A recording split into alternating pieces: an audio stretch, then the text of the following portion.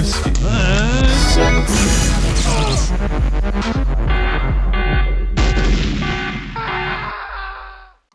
Sweet. So if we're thinking a bit more about maybe where you guys are now instead of where you were, so what's happening now is this remix album.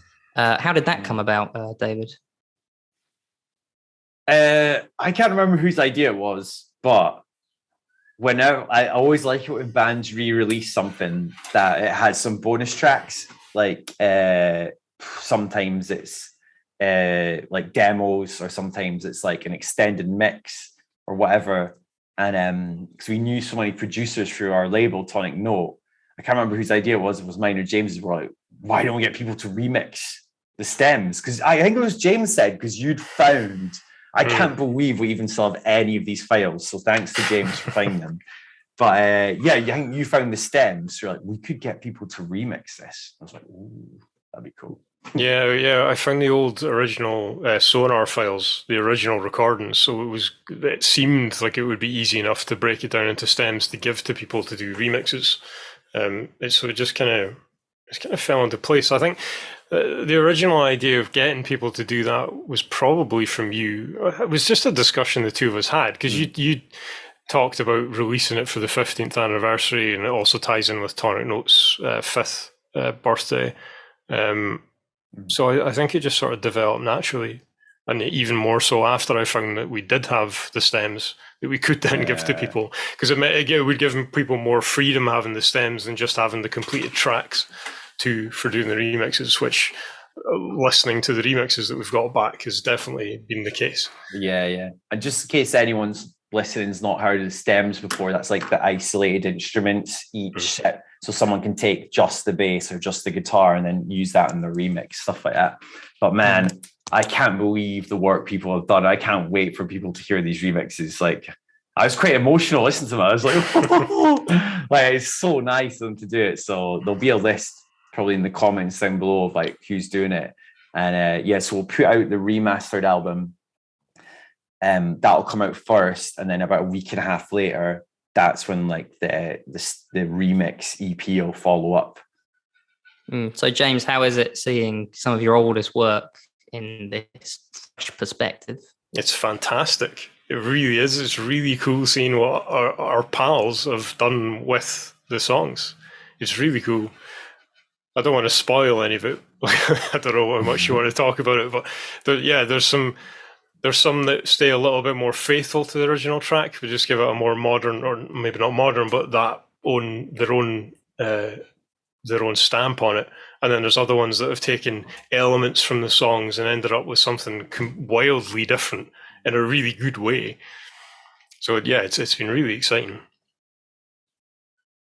One of the pictures David sent me was like a little collage. I guess it was some sort of promotional image from back in the day, and it says Kinetic Friends DJ team. Oh man, would you still describe Kinetic Friends as a DJ team? Oh man, this was like actually also the tagline as well: an education you don't get in school. I was going to get to that. Yeah, we were like music snobs, and I'm less of a snob, but I'm still a total music fan and nerd. Less of a snob, I think, but we were total snobs. But this was actually for at the event between the bands, and we at the youth club I mentioned I volunteered at. They had little CD decks, so like we brought them, and me and my mate Colin done a DJ set at that.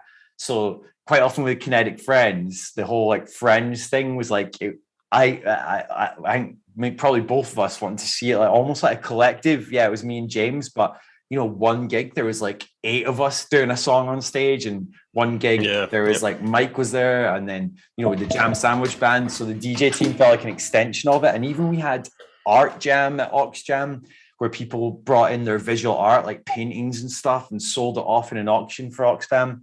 So I seen those visual arts people as part of that too. So I think Tonic Note's been informed by that, like our label now. There's loads of people help out, loads of people involved, loads of people doing the pictures and the photos and everything. So I think, it comes from that. So would you say that's where the name Kinetic Friends came from, that you're almost trying to develop a bit more of a collective, or was it before that? Oh man, I think I can take credit for that. Or I remember discussing it with James, but basically I was obsessed with Gary Newman at the time and still am. Like, and he obviously has that song with Tubeway Army, Our Friends Electric.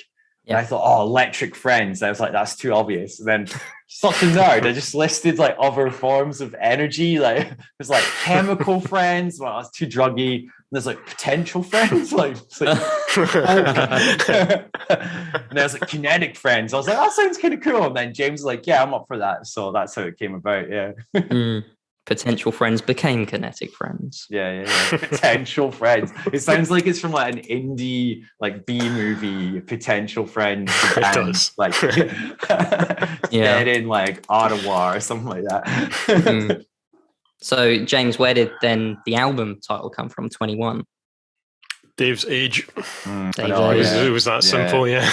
Yeah, I like a lot of people, it's so cliche to say, but I really felt like I started to feel more comfortable in my own skin at that age. It's different for everyone, but a lot of people do say that, and I definitely felt that. And then and the actual tracks, they were written and recorded over the course of approximately a year, and like so it starts with New Year, the song, blah blah blah. But then like the time and moments and like even like seasons are mentioned and stuff in the lyrics. So I think like, it's sort of meant to be like a cycle of a year almost in a way. So it sort of ties in with that. So a bit of an obvious title, but yeah, that's where it comes from. Sweet. So how do you feel then that Adele also released an album called 21 based on her age a few years after Kinetic Friends did? Total rip-off, obviously. Come on, like, you know. Also, Mystery Jets did too, which I was kind of gutted about because they were a big inspiration. Especially their first album was way like zany and like kind of prog and indie, and I really influenced by that. And I've seen them a few times, so I felt they were like, oh, we're kind of like on the same vibe to them. So when they released 21, I was like, oh no. I think we still got ours out first though, but I'm not sure if they were watching. Oh, they definitely were. So if it's supposed to be the span of a year, are there any running themes through the album through that year of your life? Probably like the seasons, like becoming more like meeting a lot of new people and being a bit more social as well. That was probably a lot, like thanks to James as well. Like to be honest, a lot of my mates had went off to uni and then didn't know many people, so I met a lot of people through James at these gigs and stuff, and that was one thing. Like I said, the seasons a bit. What about you, James? Is there any like feeling of overarching themes for it you can think of? I think musically there's probably some sort of emotional traits that do tie through the whole thing. Then there's some oddballs like the scree thrown in there for good measure. Definitely some like Christian guilt thrown in there at points. Oh, as well. fuck Yeah. So but it definitely has those sort of themes going through it a little bit as well. Would you say then it's an album that should be experienced as a whole? Because there's some between Purple Heather and Memory, you got this that sort of connects the two tracks. So is it supposed to be one experience? I'd say yes. It was definitely done intentionally, wasn't it, Dave? Like connecting all the tracks together as close as we could. And that again came from the stuff we were listening to, especially the prog rock stuff where you listen to concept albums like, obviously the classic Dark Side of the Moon and that where the whole album does kind of flow together. And like you do that experience is a great word for it, where you're sitting down and listening to the whole thing through. I think they could still be, each song could be taken individually, but I think as a whole, it works very well. Yeah, that's the plan. Like, I'll say Dark Side of the Moon, best album ever. I still say that, like, even though it's a classic one, it just is. Like, it's just so good. And then the way they do, they even went to the stage where, certain chord patterns in a song feel complete. When, because they cycle round and sound satisfying. They got the key of each song and then made it like a giant chord pattern across the album. That's how it finishes so satisfyingly, but has some dissonance before that for the drama. They like honestly, nowhere that was the aspiration, to even be like 1% as good as that. Do you know what I'm saying? Yeah. You think you managed 1% as good as Dark Side of the Moon? Maybe 0.5%. I don't know. We tried, yeah. Yeah. What do you think then, James, were your biggest challenges you faced making this album? Putting up with Dave. I knew you were going to say that. And him screaming, it has to be absolutely perfect. Yeah, you hear that in one of the tracks, and I'm like, dude, I don't think I'm like that anymore. But maybe I should be like that level of perfectionism. Yeah, that's hilarious. I think recording I was trying to be as perfectionist as possible. Just trying to treat it seriously, or I had fun doing it, but try and treat it as a serious thing. Basically, this came about because before this, I had some demos, and I was showing my mate Johnny Hickman, mutual friend of mine, and James knew him from school actually before me. And I was like, yeah, it's like electro hop, hyper pop, or some shit like that. And it was like a mashup sort of thing. And you could say it was early Kinetic Friends vibe, but he was just like, what are you on about? Like, this is stupid. And he was like, listen to this. And he sat me down. I remember being in his house. We listened to all of Music Has the Right to Children by Boards Can Done. I was like, fuck. And he was like, dude, like, you're wasting your own and everyone's time while not even at least trying to communicate something or have a message, or just like, rather than just a stupid mashup. And I was like, fuck, he's right. So that's what made me have the mentality, like, I want to make it as good as we can. Like, and then I totally, over the years, I've drifted away from that. And I feel like experimented and made good music, but maybe not all of it's had a message behind it. It's just been like catchy or interesting or whatever. But that's what I want to go with, like, and start that core message. On Whisky and Synths, the channel, I'm going to try and promote that to people as well. Like, let's get that element of artistry back in music production, and intent with it as well.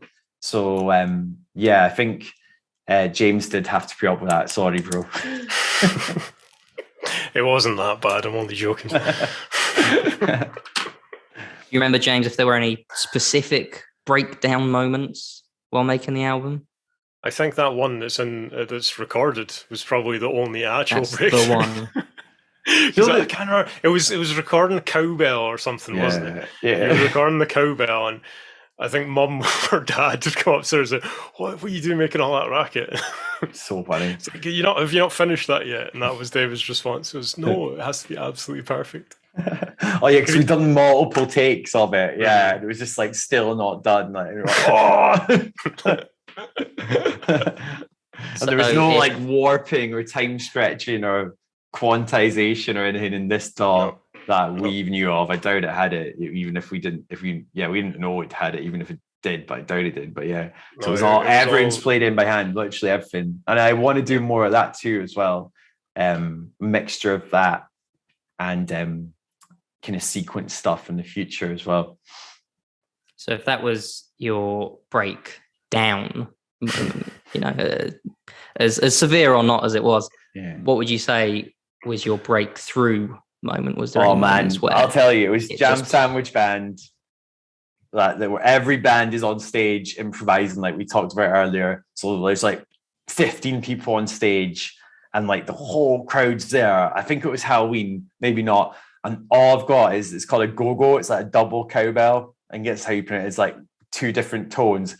And I'm just standing there like fucking on like this cowbell thing. And just the audience is like, and it was like a tiny place, but it was just jam-packed, sweating. And I was just like, fucking it's basically having like just like felt like a god of music with this cowbell, which is so ironic, but it was the best thing ever. Oh man, any breakthrough moments for you, James? Probably the kind of moments were the best. Yeah. Sort of being on stage with a whole bunch of people all managing to continue playing the same riff at the same tempo, and everyone individually getting a shot at doing a solo, sort of getting a bit of the limelight.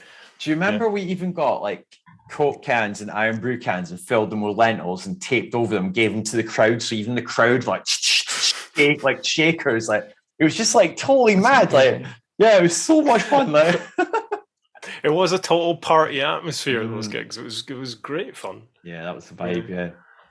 How many gigs do you reckon you did as Kinetic Friends? Maybe like 3 or 4 Aux jams, 1 Glasgow gig, a couple in Oban, and then a couple of Spilt Milks, who was this other promoter in Fort William. It was the Glenouig one as well. Oh yeah, that was actually highlight. That was a really good gig, actually. Yeah, was Destroy Disco the Spilt Milk one as well? I think so. Yeah. Right. Yeah. So I don't know, 10 max. Maybe. Yeah. Glenouig was mad though. It was like this. It's this little village hall on the edge of like this beautiful like water and like kind of beach, and everyone like camped outside it. And it was just like a clear night, and it was so cool. And our friends actually organized that one, Mike and Ali and their friends. So that was so cool, actually. Like that was like a total. It felt like our own little mini music festival because everyone's camping. It was amazing. Yeah, it was great. Yeah. Do you think there was anything you guys were doing, or well, I'll assume there was. I'll give you the benefit of the doubt. What were you guys doing that no one else was doing? James, what do you think? I mean, locally, everything. I mean, locally, like Dave said earlier, it was really just heavy metal bands, new metal bands, some punk bands, and we were suddenly there with Dave and the key. How many? It was 2 keyboards, one stacked on top of each other. You had the Chaos or synthesizer with live percussion, backing tracks. Like no one locally was doing anything like we were on stage, and equally musically, there wasn't another, I don't know if you would call it prog, but prog pop band, I guess, in the local area. So I think what we were doing was very different from everything in Fort William, anyway.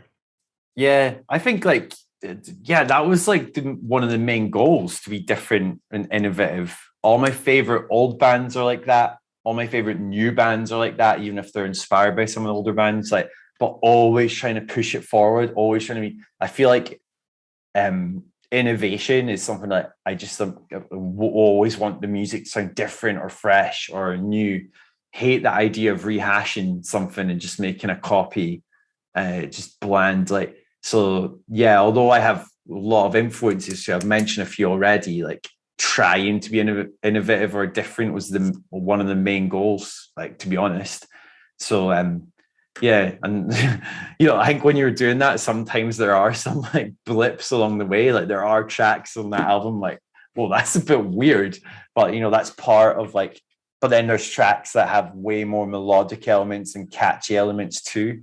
So yeah, I think that was the main thing. I think on the sort of national scale, there was bands like Late of the Pier, Klaxons, a whole bunch of like new. They got dubbed new rave, a lot of them, but doing this sort of, sometimes they called it avant pop, like just weird pop music.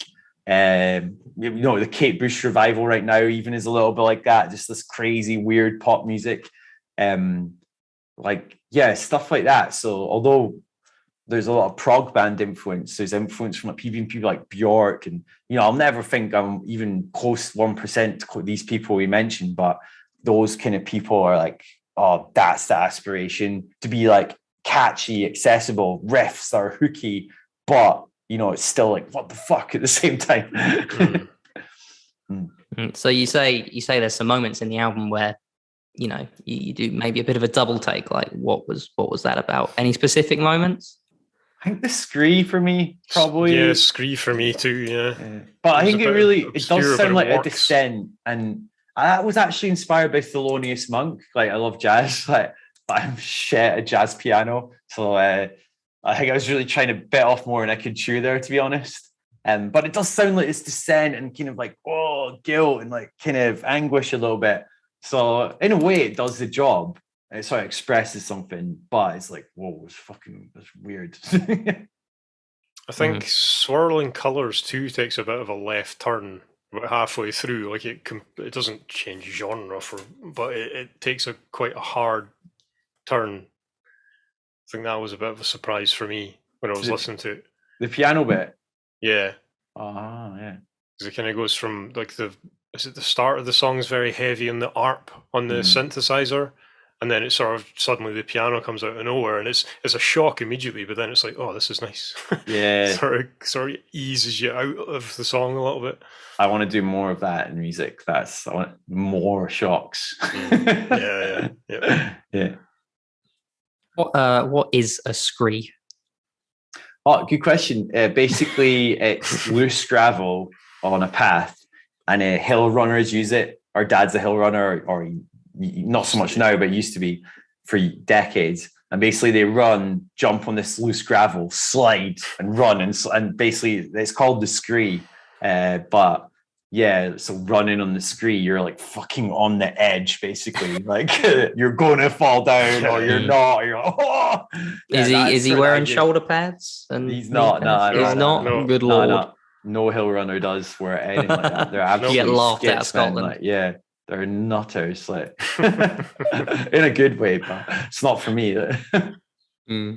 So potentially a good question to round this interview off with is, if you were making this album again now with the same instruments, you two again, and you're trying to, I still have one of the same instruments. You still got the same instruments, and you're trying to sum up David's year as a 21-year-old, would it sound exactly the same, do you reckon? I don't know. I would I find it hard to write about 21-year-old me, I think, from this perspective. I think I really struggle to come up with lyrics, because the way I write lyrics, I don't think of a theme and then write lyrics. It's kind of like, if something pops into my head, I'll write it down and maybe go from there.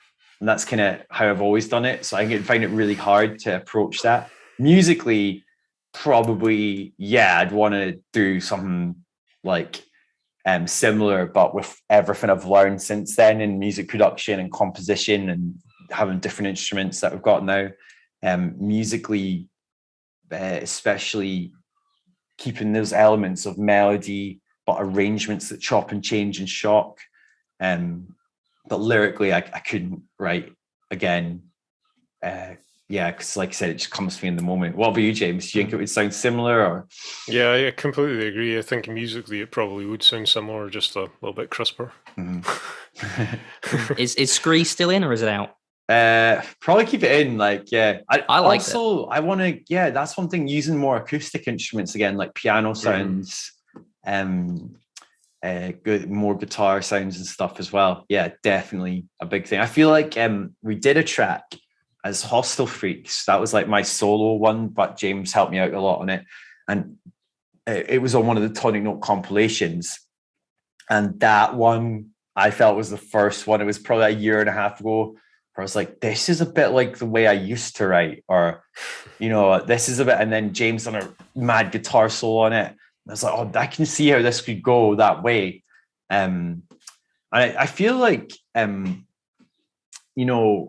I don't want to bring up pandemic too much because it bums everyone out, but when there wasn't the nighttime industry as much and there wasn't as much clubbing and stuff, I think almost every sort of electronic artist felt a bit like, oh, it doesn't have to work on a dance floor. What I'm going to make now doesn't have to. So I think that was quite, in a way, refreshing. And then this project just made me think, oh, I want to do so. The idea is, with our next project, is maybe have 2 EPs where one does work more in a dance music setting and one works a bit more like, it could be like this album, like it could go any weird twists and turns in the composition. It doesn't have to be danced to. Yeah. Is there anything else either of you guys wanted to add? No, I'm good. Or James, anything else coming up you want to chat about, Camshackle wise or Last of the Free wise? Any you're looking forward to in Last of the Free stuff? I'm really looking forward to writing with you again. It's going to be fun. Working with somebody else, because Camshackle stuff I've just been doing just me in this room sitting at this desk. So it's going to be fun, even if most of it is by a distance. But I'm quite excited about getting back together again and playing music live together. Yeah. That's the goal. Like, I'd love that. So it's harder because we're about 800 miles apart, but the idea, we're just sending each other ideas, and the ideas then we'll meet and we'll figure out some of the best ones in person and work on them a bit, and then maybe go to a recording studio or our own home studio or something, get bits down, and then eventually playing live. I think we probably do it to backing tracks again. It does sort of mean we can rehearse a bit separately, I think. Which, because it's not ideal, but I think we can be like, okay, in this song we'll plan it out. I'm going to play this part, so you're going to play this part. We can rehearse separately to our own backing tracks, and then when we come to actually, I think we just need like one in-person rehearsal, like half a day. We'd be ready to go, I think, if we done it that way. We've done that before, because a couple of the Hostel Freaks gigs that you did down in Edinburgh, I came down and joined you in guitar. Yeah. It was just a case of me sitting up here with the backing tracks and learning the guitar parts. So exactly, yeah. I think that's more than doable. Definitely. Yeah. Sweet. Any last questions, Freddie? No, I'm all out. Have you guys had fun? Yeah, absolutely. Yeah. And I hope anyone watching has enjoyed the little insight into this. Happy birthday, Kinetic Friends. Happy birthday. Happy birthday, Tony Records. Yeah. Going into our 5th year with our 5th compilation coming up as well. And a whole bunch of releases and stuff too. So hopefully some live events too, and loads more on the YouTube channel as well. So thank you to Freddie for hosting this. Thanks, man. Brilliant. No worries. Stuff. Thank you for being so friendly.